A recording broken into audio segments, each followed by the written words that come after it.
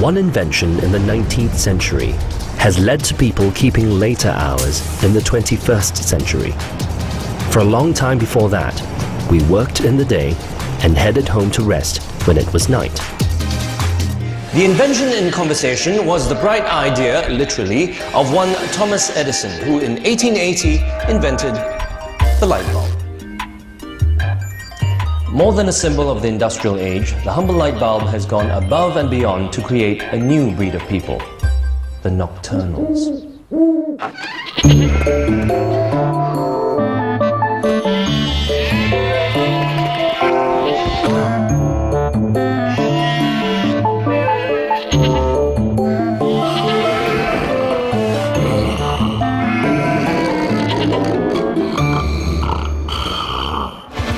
High-speed transport, round-the-clock entertainment, breakfast at any time of the day, information at the touch of a button.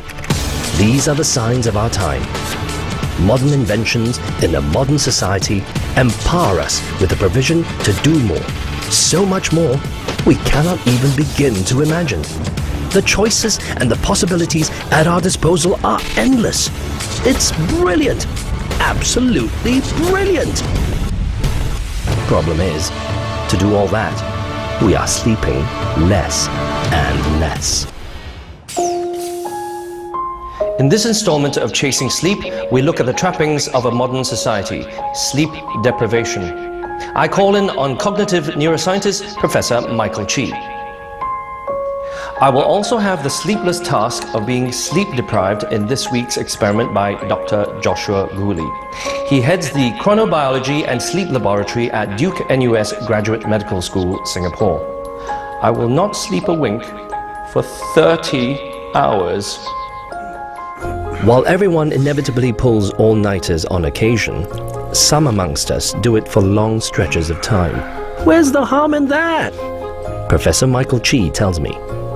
Well, earlier on in the program, we talked about the effect of sleep deprivation on attention, memory, and decision making. But in addition to its cognitive effects or its effects on the brain, sleep loss also has a very negative effect on metabolism. Specifically, persons who habitually restrict themselves from sleep tend to gain weight, have a higher risk of developing diabetes mellitus, and also have a higher risk of heart attacks. Now, one thing that is interesting is that if you stay up all night, the brain signals for having been sufficiently fed are weakened, so you think that you have not had enough food even though you had a perfectly good dinner, and this faulty signaling results in increased tendency to eat without knowing it, and you pile on the pounds. The other thing that's interesting is that if you habitually restrict sleep, the secretion of the body's main stress hormone or cortisol is elevated, and this has negative effects on metabolism. It tends to tip you towards a diabetic type state,